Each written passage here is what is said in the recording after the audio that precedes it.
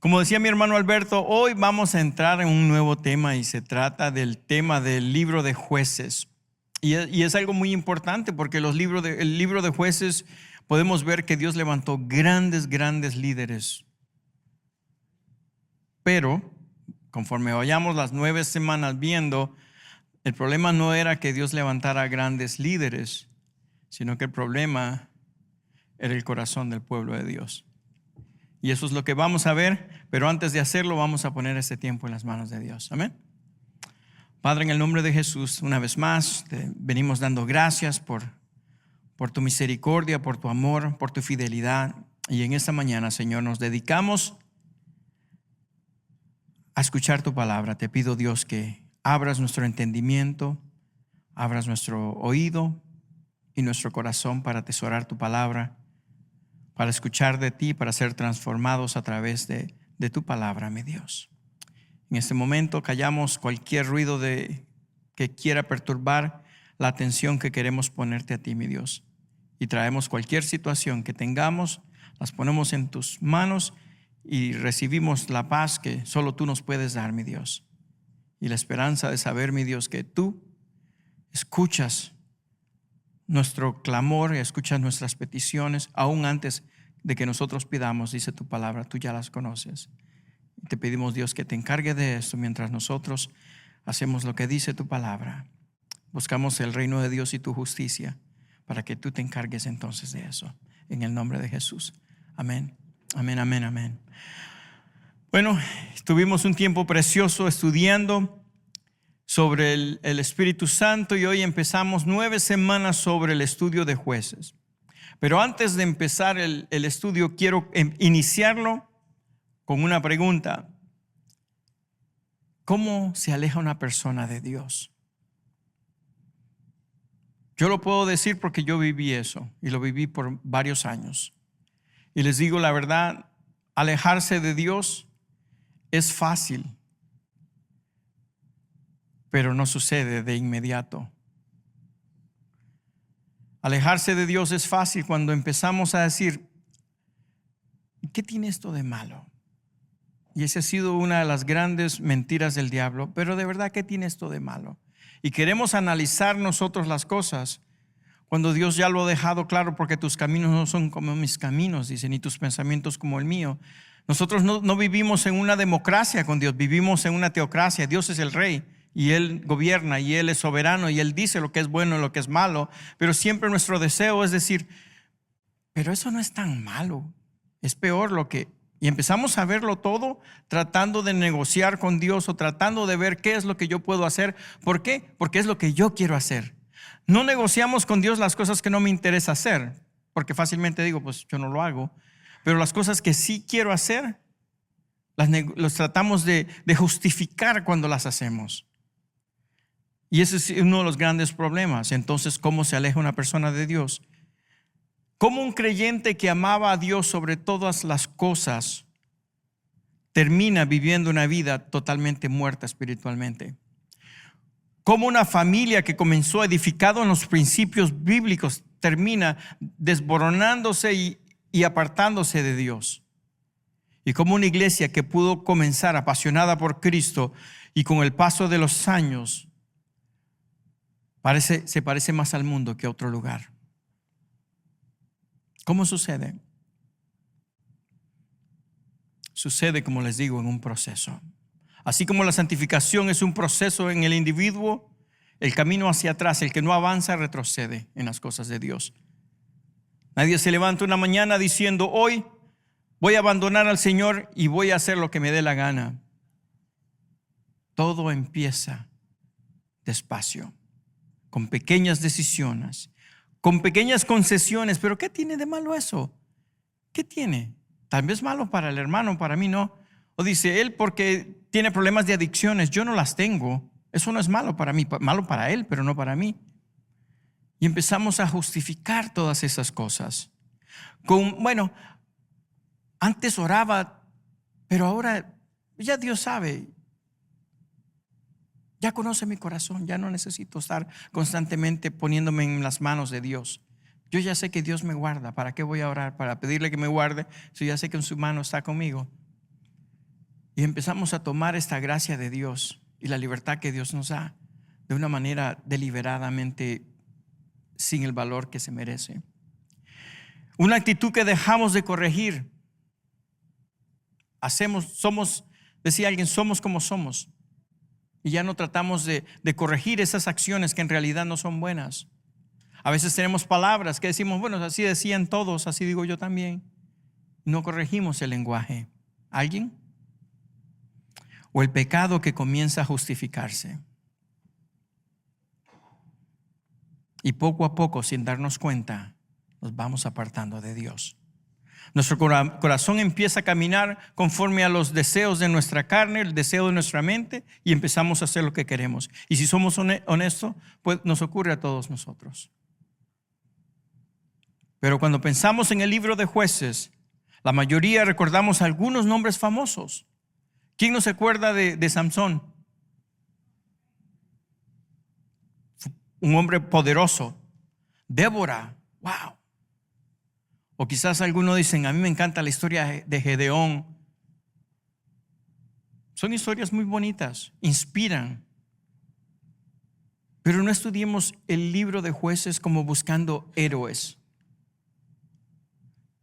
Porque no es el propósito del libro de Jueces buscar héroes. Sino que vamos a responderlo como una pregunta muy importante. ¿Qué sucede cuando el pueblo de Dios deja de vivir conforme bajo el gobierno de Dios? Esa es una pregunta que el libro de Jueces nos va a responder. Porque vivimos en una cultura donde constantemente nos está influenciando a hacer lo que no queremos hacer. Cuando escuchamos frases como estas, sigue tu corazón, haz lo que tu corazón te dicte, eso es bueno para ti. ¿Alguien lo ha escuchado eso? Si tu conciencia y tu mente dice, razona, dice, tenemos un sentido del humor, cuestiona las cosas, si te parece bien, hazlo, sé feliz. Eso es lo que el mundo nos quiere enseñar. Aunque esté en contra de lo que dice la palabra de Dios, pero si tú te sientes bien, hazlo. Haz lo que te haga feliz. Nadie puede decirte cómo vivir tu vida. ¿Alguien? Tú decides lo que es verdad para ti y no lo que diga un libro antiguo. Y empieza el enemigo a decir, bueno, tienes razón. Eso es muy interesante, pero la verdad no es nada nuevo. Porque eso es lo que estaba sucediendo en el tiempo de cuando estaban los jueces. Dice Jueces 21, versículo 25. En estos días no había rey en Israel. Cada uno hacía lo que bien le parecía. ¿Saben una cosa interesante? Cuando se escribió el libro de Jueces no existía rey. Todavía no existía ningún rey aquí en la tierra. Entonces, ¿a qué se refiere cuando dice no había rey?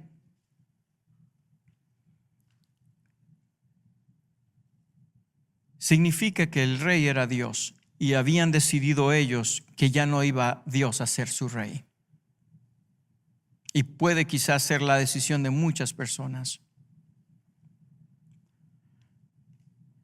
Es como si el Espíritu Santo dijera, si quieren entender todo lo que ustedes quieren leer en este libro, aquí está la razón de todo el libro de Jueces.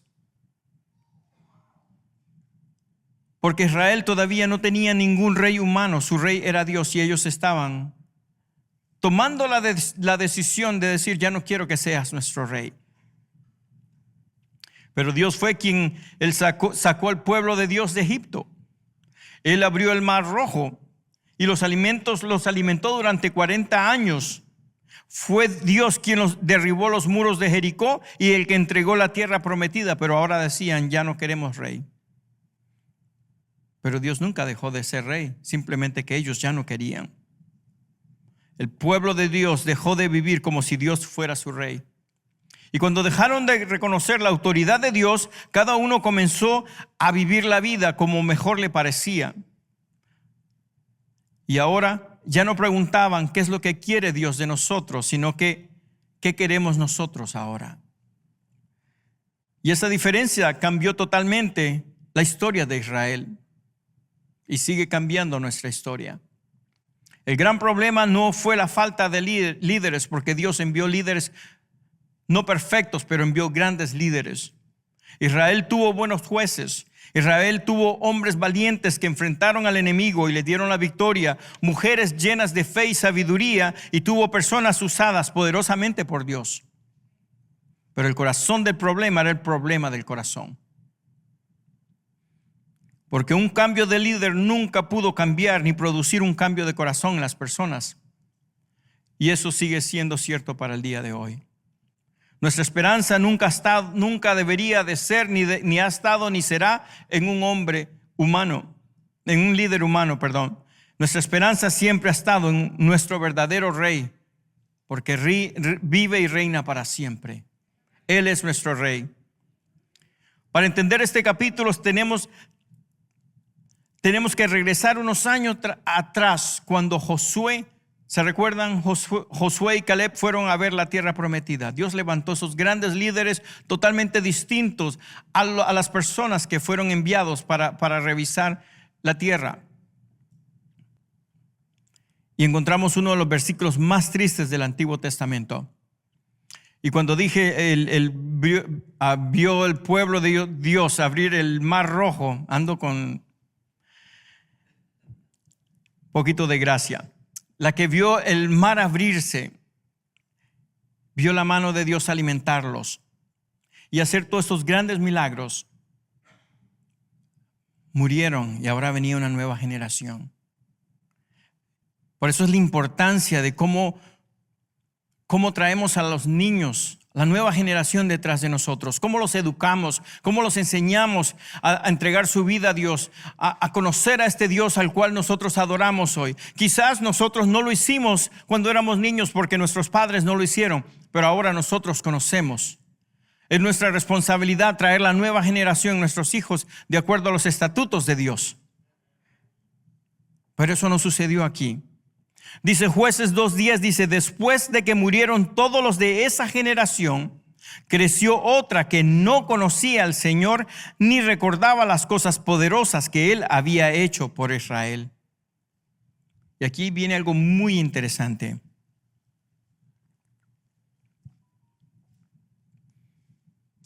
Dice que la nueva generación dejó de conocer al Dios que obraba. Y cuando dejamos de conocer a ese Dios, es muy fácil comenzar a escuchar cualquier otra voz. Si ya no escucho la voz de Dios, ¿qué otra voz voy a escuchar? Y aquí viene el peligro. Si ya dejo de poner a Dios como mi Dios, ¿a cuál otro Dios voy a reemplazar ahora? ¿Qué otro Dios va a tomar su lugar? Y a partir de ese momento veremos el mismo patrón repetirse durante todo el libro de Jueces. Dice, Israel pecaba y Dios permitía la opresión que cayera sobre ellos. El pueblo clamaba a Dios pidiendo perdón y Dios levantaba un libertador. Ese libertador, Dios lo guiaba a una batalla y producía una liberación. Había paz.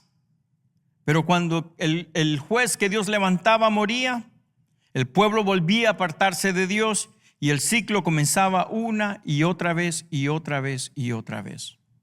Cada vez que Dios levantaba un líder, Dios lo usaba con poder, mostraba la gracia de Dios. El pueblo vivía feliz mientras el líder estaba con vida. Moría el líder, otra vez volvía el pueblo de Dios a caer otra vez en el mismo ciclo.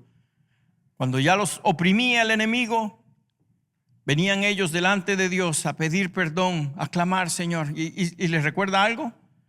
Muchos de nosotros podemos, si somos sinceros, recordar algo de nosotros mismos, de esa manera de vivir.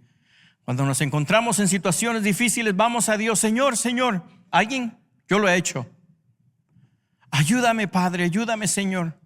Yo te prometo que de ahora sí en adelante voy a hacer lo que me has puesto en mi corazón a hacer. Yo sé que tú querías esto. Tú dijiste que ibas a hacer esto conmigo. Pero Señor, perdóname por no haberlo hecho, por haberte desobedecido y ahora me encuentro en esta situación. Pero Señor, ten misericordia. Y el Señor con su gracia y su amor y misericordia viene y nos provee y hace lo que Dios sabe hacer en amor. Y cuando todo está perfecto, en armonía, tenemos paz, tenemos abundancia y ya decimos nosotros, bueno, Dios está bien y yo también. Y empezamos a hacer otra vez lo que antes hacíamos. Ese ciclo sigue viviendo nuestra vida el día de hoy. Porque podemos tan fácil olvidar, y no es que lo olvidamos, es como ellos decidieron olvidar.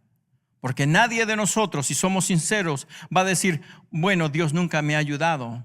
O nos vamos a olvidar cuando la mano de Dios se extendió para darnos la mano.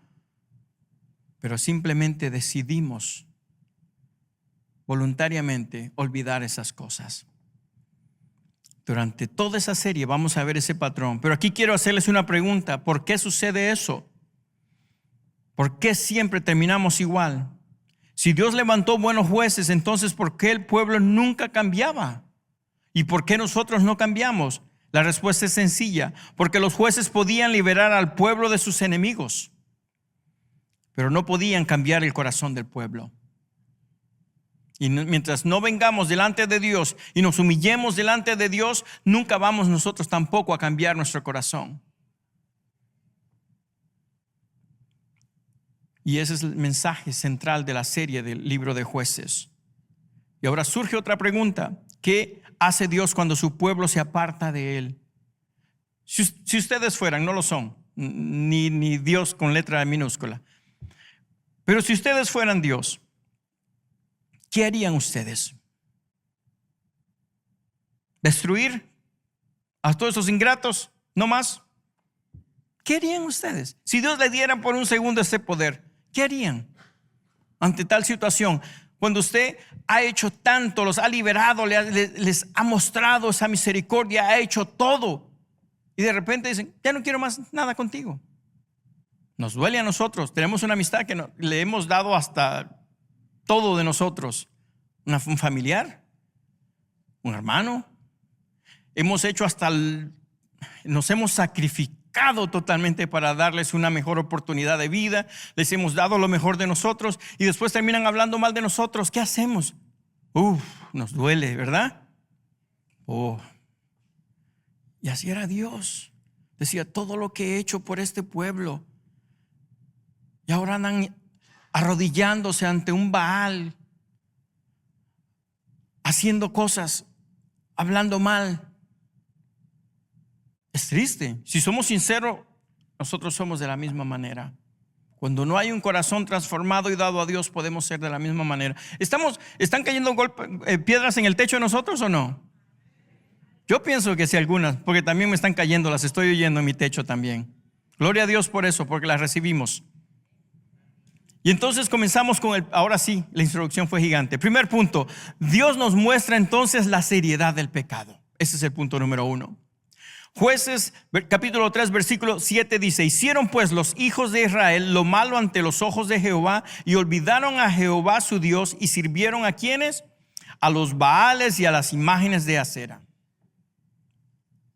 Hay una palabra que inmediatamente llama nuestra atención, dice olvidaron. Lo dice claro, olvidaron. Entonces viene otra pregunta. ¿Cómo realmente Israel había olvidado quién abrió el Mar Rojo? Eso es imposible. ¿Cómo habían olvidado quién derribó entonces los muros de Jericó? ¿Y cómo habían olvidado el maná que cayó por 40 años? Decía Dios, se las puso bien sencilla. No levanten maná más que para lo que van a comer el día de hoy, fresquito. Porque Dios da lo mejor, fresquito. Y dice, el viernes sí les voy a dejar para que el sábado no tengan que ir a recogerlo. De ahí todos los días van a tenerlo. Dios es bueno. ¿Y qué hizo el pueblo de Dios? Gracias, Señor, gracias. Pero después dice, ya nos cansamos de este maná, queremos carne. ¿Se recuerdan? ¿Qué tan ingratos podemos ser, iglesia? Dios los alimentaba todos los días. Yo quisiera, ¿cuántos de ustedes quisieran probar ese maná? Es comida del cielo. Pero no, ellos eran ingratos, decían, no, ya queremos otra cosa, danos. Dice la Biblia que comieron carne de aves hasta que se les salió la carne por la nariz. Es lo que querían. ¿Qué pueblo más ingrato? Gracias a Dios que no somos tan ingratos. Ingratitos poquito, pero no tanto. Pero de verdad que es una tristeza. El problema que tenían el pueblo de Dios era realmente profundo en su corazón.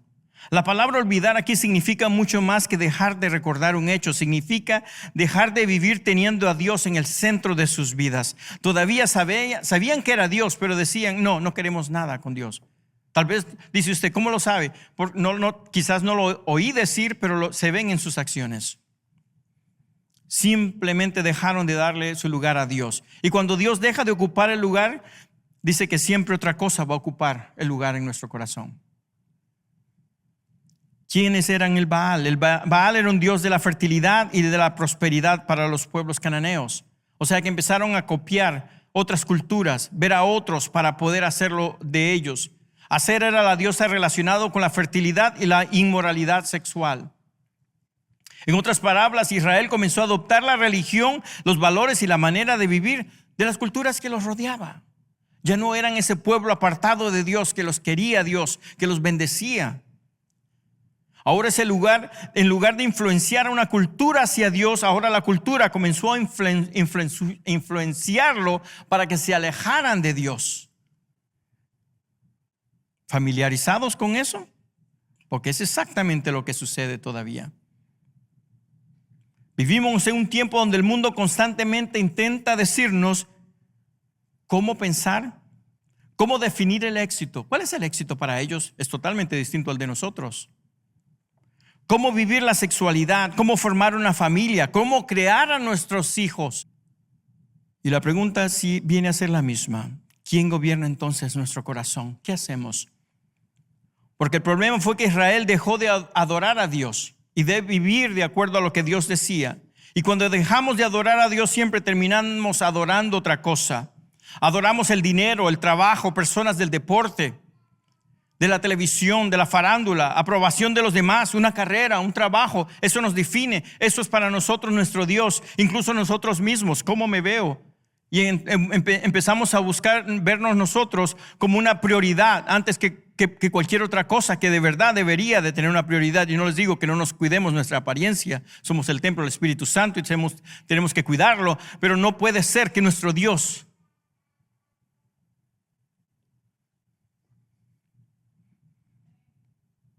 todo lo que ocupa el lugar que solamente le pertenece a Dios se convierte en un ídolo. Por eso el pecado siempre comienza mucho antes de la conducta, porque empieza del corazón. Comienza cuando Dios deja de ocupar el trono de nuestra vida, y eso ocurre poquito a poco. Y ya descubrimos que ya no le preguntamos, Señor, ¿qué quieres de mí? Ahora decimos, ¿qué es lo que más me conviene?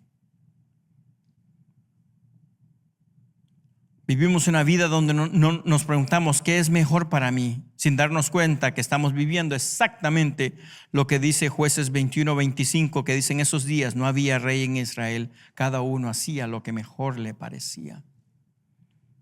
Un capitán de un barco explicó cómo ocurre algo muy peligroso en el mar. Dice que cuando un barco apenas mueve unos grados de su rumbo, el cambio casi nunca se nota. De hecho, dice que nadie lo nota cuando un barco se desvía unos grados. Nadie se da cuenta. Ni los pasajeros, ni los trabajadores se dan cuenta, ni lo sienten. Todo se ve normal. Pero mientras más tiempo pasa, esa pequeña desviación termina llevando el barco cientos de kilómetros lejos de su destino.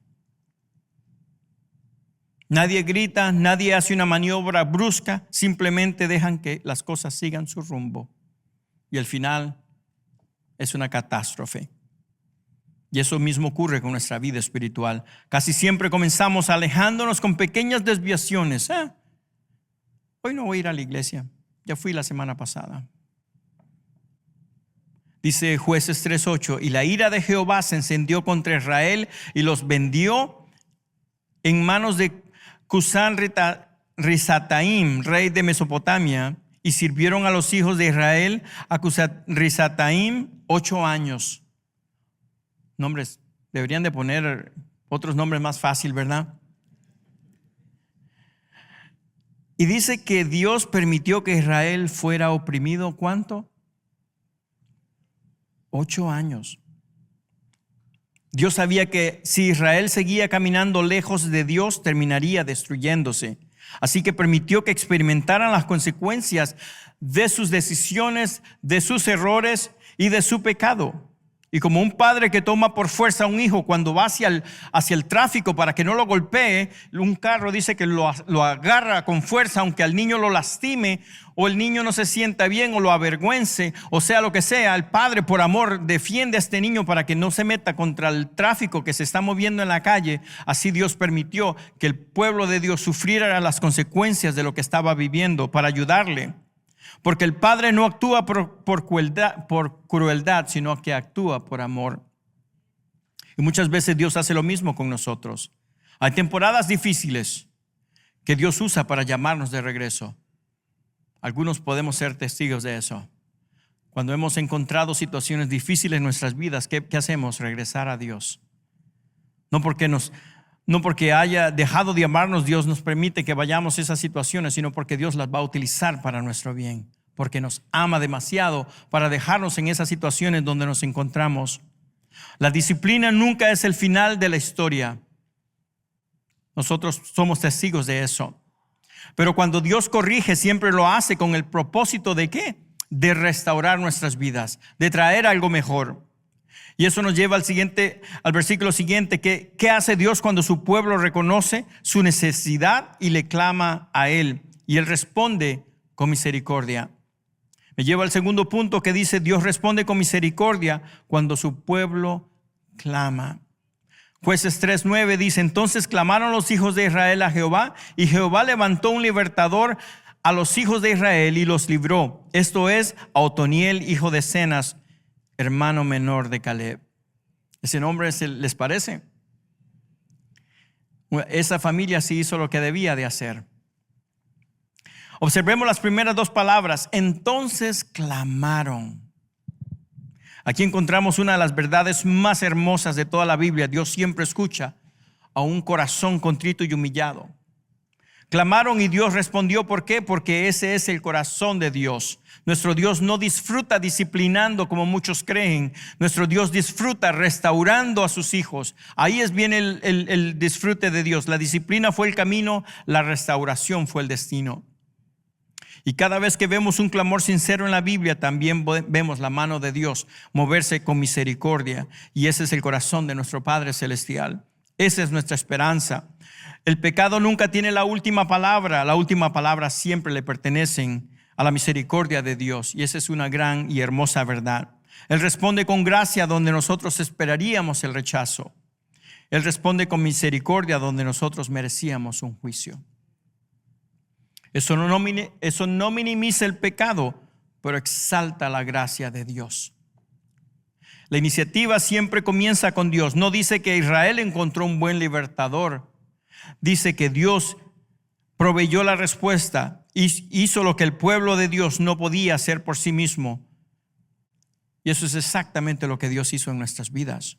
Nosotros no podíamos salvarnos, nosotros no podíamos vencer nuestro pecado, no podíamos reconciliarnos con Dios.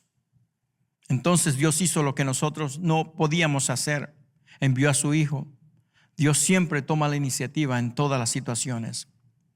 Y aquí viene una pregunta entonces, ¿a quién escogió Dios para llevar a cabo ese rescate? ¿A un gran rey? ¿A un general famoso del ejército? ¿Al hombre más reconocido de Israel? No. Dios busca y obra por medio de personas que están completamente rendidas a Él. Sin importar nombre, sin importar las grandes cosas que otra persona pueda hacer, si el corazón no está en las manos de Dios, no le pertenecen a Dios, Dios va a usar al que está dispuesto con un corazón humilde para exaltarlo, para que Dios se exalte a través de esa vida. Y eso fue lo que hizo Dios. Jueces 3:9 y 10 dice, entonces clamaron los hijos de Israel a Jehová, y Jehová levantó un libertador a los hijos de Israel y los libró. Y esto es a Otoniel, hijo de Cenaz, hermano menor de Caleb. Dice el versículo 10, y el Espíritu de Jehová vino sobre él, y juzgó a Israel, y salió a batalla, y Jehová entregó en su mano a Cusán-Ritazataim, rey de Siria, y prevaleció su mano contra él. ¿Qué les parece? Aquí aparece por primera vez el nombre de Otoniel. Y si somos honestos, no es uno de los personajes más conocidos de la Biblia. No hizo grandes milagros ni grandes cosas como grandes líderes como Moisés, como David o como Noé. Sin embargo, Dios lo escogió. ¿Por qué? Porque Dios no busca personas famosas, sino personas que tengan el corazón para Dios. ¿Quién era Otoniel? El texto dice que era sobrino de Caleb. Dice, ya nos dice mucho, seguramente creció escuchando las historias de la fidelidad de Dios a través de su tío. Yo hubiera deseado ser su sobrino. Dice que escuchó cómo Dios había cumplido sus promesas. Escuchó cómo Caleb permaneció firme cuando todos los demás dudaron. Pero llega un momento en el que la fe deja de ser la historia de nuestros padres, de nuestros abuelos, y tiene que convertirse en nuestra propia historia y nuestra propia fe. Y Natanael tomó su propia fe y su propia decisión de servir a Dios, y por eso Dios lo llamó para servirle. Otoniel no vivió de la fe de Caleb cuando llegó su momento. Él respondió personalmente al llamado de Dios. Yo digo siempre, Dios no tiene nietos, tiene hijos solamente, hijos e hijas. Y eso también ocurre con nosotros. No podemos vivir de la fe de nuestros padres, ni de nuestros abuelos, ni del pastor. Cada uno debe responder personalmente al Señor. El versículo 10 lo dijo: el Espíritu de Jehová vino sobre él y juzgó a Israel y salió a la batalla, y Jehová entregó en su mano al rey de Siria. ¿Qué fue lo que hizo diferente a Otoniel? Que el Espíritu de Dios estaba sobre él y obró a través de él. Pero la victoria no fue de él, fue de Dios. Dios sigue obrando de la misma manera, porque cuando Dios encuentra un corazón dispuesto, Él hace cosas extraordinarias. Pero ese no es el final. Miremos cómo termina la historia. Dice versículo 11: y reposó la tierra 40 años y murió Otoniel, hijo de Cenaz. Muy interesante. 40 años tuvieron tiempo feliz. Después de años de opresión, Dios trajo descanso sobre el pueblo de Dios. Después del sufrimiento vino la paz. Pero aquí debemos detenernos por un segundo. Dice, porque aunque este parece ser un final feliz, no lo es completamente. ¿Por qué? Porque cuando murió Otoniel, el pueblo volvió a apartarse de Dios. Eso significa que aunque Otoniel fue un gran juez, su obra fue temporal y la paz duró 40 años. No duró para siempre. Y lo mismo ocurre con los demás jueces de todo este libro. Ahod fue usado por Dios para derrotar a Moab con un puñal de doble filo. Otro juez, Samgar, libró de Israel de los filisteos con una aguijada de bueyes. Pero al igual que Otoniel, ninguno de ellos pudo cambiar el corazón del pueblo. Solo esto nos lleva a un punto importante del mensaje. Solamente Cristo es el libertador perfecto. Todos los demás jueces del libro tienen algo en común. Todos fueron usados por Dios. Todos trajeron liberación. Todos trajeron paz. Pero todos murieron. Y cuando cada uno de ellos murió, el pueblo de Dios otra vez se volcó al pecado. Porque el problema nunca fue el enemigo que estaba afuera, sino el pecado que estaba dentro en su corazón. Israel no necesitaba solamente un buen juez o uno mejor. Necesitaba un nuevo corazón. Y eso era algo que ningún juez podía darles. Cada juez nos deja esperando a alguien más, a uno más perfecto, a uno más grande, a uno mejor. A uno que no solamente venciera un ejército, sino que venciera el pecado. Y uno que no solamente trajera paz, pero más que por 40 años, sino que trajera paz eterna. Uno que no solamente arriesgara su vida, sino que la entregara. Y ese libertador solamente tiene un nombre: Jesucristo. Él es el único que podía traer lo que el pueblo de Dios buscaba. Él sí cambia el corazón. Él sí rompe el ciclo del pecado. Y Él sí permanece para siempre. Mientras Otoniel murió, tuvo que ser reemplazado. Jesucristo resucitó y permanece para siempre. Por eso ya no necesitamos otro libertador. Tenemos un libertador y juez. y un Rey perfecto. Y con eso en nuestra mente y nuestro pensar, les voy a invitar, por favor, que tomemos un momento antes de cerrar este servicio para recordar a este Jesucristo que humildemente nació de una virgen. Los que no tengan elemento, por favor, levanten su mano para que uno de los sugieres se lo entregue. Ese es un momento sagrado, un momento perfecto donde podemos recordar a Jesucristo. Jesucristo, de hecho, pidió que lo recordáramos, porque cada vez que recordamos viene la nueva esperanza que tenemos en Él, en el sacrificio que Él hizo en la cruz, para que nosotros tengamos esa esperanza de encontrarnos nuevamente con Él. Dice la Biblia que su cuerpo fue quebrantado para que usted y yo pudiéramos disfrutar de una sanidad completa. Por sus heridas somos sanos. Jesucristo recibió 39 latigazos que se abrieron por todo su cuerpo. Fue golpeado, fue azotado más allá del reconocimiento humano. Le pusieron una corona de espinas sobre su frente para que la paz de Dios fuera posible para usted y para mí. Para que podamos vivir una vida con sanidad física, mental y emocional. Él lo completa todo. Y por eso le damos gracias a Dios en este momento. Señor, gracias por tu fidelidad, por tu amor y misericordia, por no dejarnos en donde estábamos. Y en ese momento hacemos esto en recordación de ese sacrificio tuyo. Pueden comer.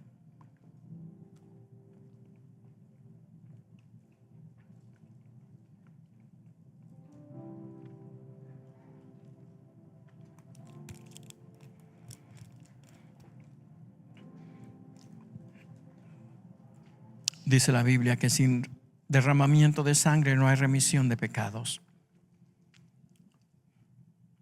Antes iba un sacerdote, sacrificaba un cordero para cubrir el pecado del pueblo, pero solamente lo cubría, y cada año tenía que ir y presentarse delante de Dios y derramar la sangre de este cordero. Pero el cordero puro, el cordero de Dios, vino para de una vez para siempre hacer un sacrificio donde iba a borrar totalmente el pecado del pueblo, del pecado del mundo. A través de ese sacrificio y esa sangre derramada es que usted y yo podemos encontrar este perdón, y nos lleva delante de la presencia de Dios y nos da una salvación. Gracias, Señor, por tu sangre preciosa derramada para traernos, Señor, el perdón de nuestros pecados, para proveernos, Señor, a través de esta sangre preciosa, una salvación de que de otra manera nunca la podíamos obtener. Y en este momento, con un corazón lleno de gratitud, Señor, te damos gracias y te recordamos tomando de esta copa. Pueden tomar.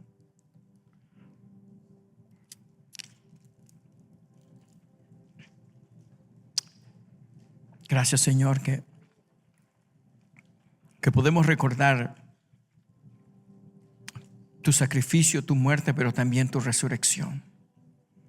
Tu palabra dice, mi Dios, que al tercer día resucitaste de entre los muertos.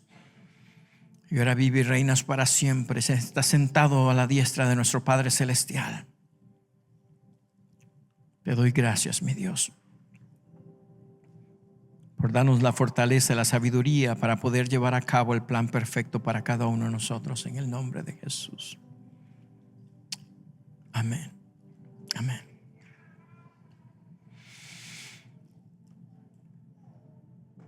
Así que ahora que mientras tomamos esta santa cena podemos voltear una vez más nuestros corazones a Jesús y decirle, Señor, si me desvié los poquitos grados que podamos identificar en nuestras vidas, decirle al Señor, mi corazón, alínealo al tuyo una vez más. A lo largo de toda la serie conoceremos muchos jueces. Algunos fueron valientes, otros débiles, algunos terminaron bien, otros no muy bien. Pero todos nos enseñarán la misma verdad. Ningún juez pudo cambiar el corazón del pueblo. Cada uno de los jueces que Dios levantó apunta hacia un libertador mucho más grande, y ese es nuestro Señor Jesucristo. Y con todo rostro inclinado, todo ojo cerrado, quiero hablarles por un minuto. Quizás el Espíritu Santo te ha estado hablando en esta mañana. Ha estado hablando tu corazón, y tu corazón necesita alinearse una vez más a los planes que Dios tiene para tu vida. Tal vez te has dado cuenta que poco a poco has comenzado a vivir haciendo lo que mejor te ha parecido, lo que te parece correcto, en lugar de preguntarle a Dios qué es lo que Él quiere de ti. O quizás nunca has entregado tu vida a Cristo. Quiero decirte que hoy te voy a hacer una invitación, no a una religión, sino a una relación con Dios. Para venir hacia un Rey que te ama, para tener esta relación personal y única con Jesucristo. Y así como cada vez que cada juez se levantó, murió, Jesucristo está hoy en este lugar con nosotros y te está tocando las puertas de tu corazón. Y si nunca has puesto tu fe en Jesucristo, hoy puede ser el día de tu salvación. Y si un tiempo atrás caminaste con Jesús y te sientes apartado de Él, hoy es un buen día para decir: Señor, aquí estoy. Abro mi corazón y te entrego mi vida. Dios nos llama porque nos ama y desea darnos un futuro y una esperanza. Así que a la cuenta de 3, si quieres abrir tu corazón a Jesús para aceptarlo como tu Señor o tu Salvador, o quieres reconciliar tu camino, regresar a casa, porque Dios ama al hijo. Si te has convertido en un hijo pródigo que estuvo con Dios, pero se siente alejado de casa, Dios te ama y no está enojado contigo, quiere que regreses. Si ese eres tú, levanta tu mano a la cuenta de 3. 1, 2, 3. Levanta tu mano, quiero orar por ti. Veo sus manos, gracias. Veo sus manos, veo sus manos. Gracias, Jesús. Veo su mano. Gracias, veo sus manos. Más importante que yo las vea, quiero que sepan que Dios las ve, porque Dios ve su corazón. Pueden bajar todas sus manos. Dios ve su corazón. Y cuando venimos con un corazón contrito y humillado, dice la Biblia que Dios no lo desprecia. Así es que oremos todos juntos como iglesia, junto a esas personas que han decidido abrir su corazón a Jesús. Y digamos: Señor Jesús, hoy reconozco que te necesito. Reconozco que soy pecador y que muchas veces he vivido mi manera y no bajo tu voluntad. Y te pido perdón por eso. Gracias porque me amas en este momento. Yo abro mi corazón para que entres. Yo te acepto como mi Señor y como mi Salvador. Todo lo que soy, todo lo que tengo, lo pongo en tus manos, Jesús. De ahora en adelante, donde tú me guíes, yo te voy a seguir. En tu nombre oro. Amén. Amén, amén.